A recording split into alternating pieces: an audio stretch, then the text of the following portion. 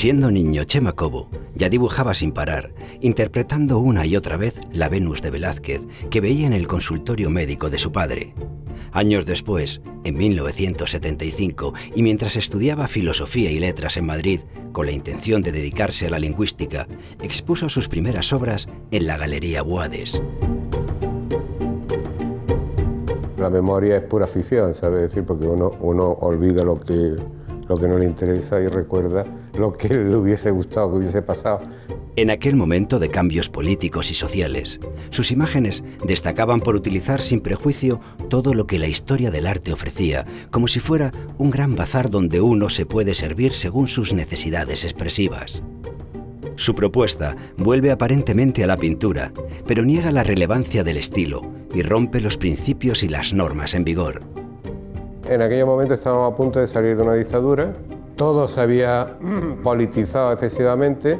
Ese grupo de artistas, es decir, que tomamos la caída del poder o el cambio, evidentemente como una cosa muy positiva, pero utilizamos, yo creo, que la ironía o el desparpajo como actitud combativa, más que la trascendencia o la solemnidad. En 1980 marchó a Estados Unidos, donde residió varios años en Nueva York y Chicago.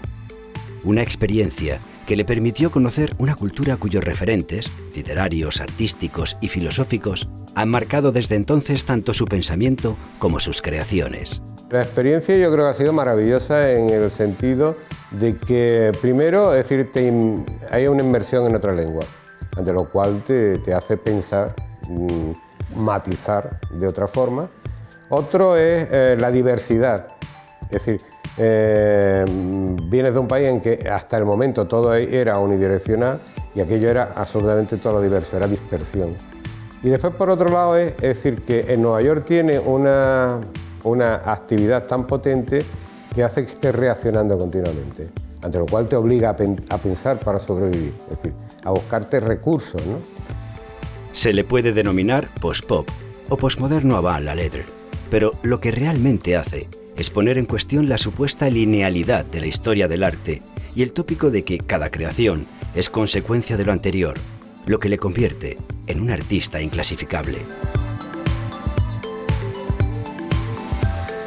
Si algo define su trayectoria, su estilo y su intención a la hora de trabajar es su eclecticismo, mezclado con un peculiar sentido del humor que navega entre lo absurdo, lo paradójico y lo sarcástico.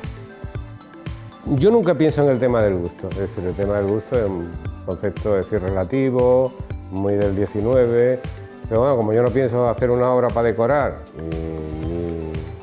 ni tampoco intento que mi obra sea incómoda, ¿eh? Cuando Chema Cobo aceptó la propuesta de ilustrar el calendario Maxam de 2020, pidió, antes de comenzar a trabajar sobre el lienzo, conocer la historia de Maxam. Por este motivo, viajó hasta Galdácano, el lugar en el que el 12 de octubre de 1872 comenzó a producir la Sociedad Anónima Española de la Pólvora Dinamita.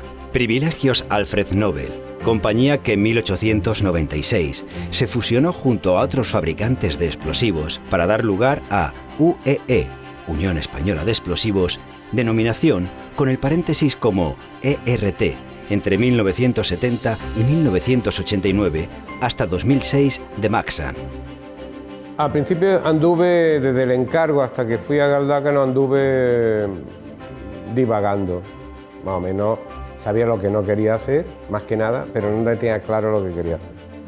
A la vuelta hice el primer bocetito de algo, una explosión un poco tonta, pero bueno, muy rápido eso, en un cuaderno. De allí me influyó todo, pero nada en concreto. El mero hecho de saber cómo se hacía, por ejemplo, la pólvora, o cómo se hacía, o ver los colores, o ver la maquinaria, o ver cómo la electricidad se transformaba en otra cosa, cómo funcionaban los detonadores. Las imágenes, por ejemplo, de un trabajo sobre un terreno haciendo casi un agujero rectangular, un movimiento de tierra, que me pareció impresionante, es decir, como obra, de arte ya incluso, ¿no?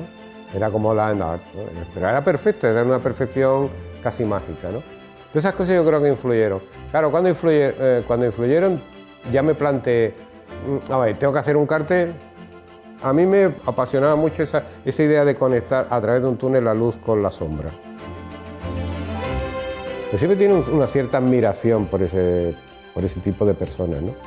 Que se meten en lo más profundo de la tierra y trabajan para ti y te hacen mucho bien que nadie reconoce por la larga, ¿no? Pero también quería hablar de la idea de transformación, que todo es una permanente transformación. Recuerdo que este invierno estuve releyendo a Lucrecia y entonces corroboró un poco la idea de transformación.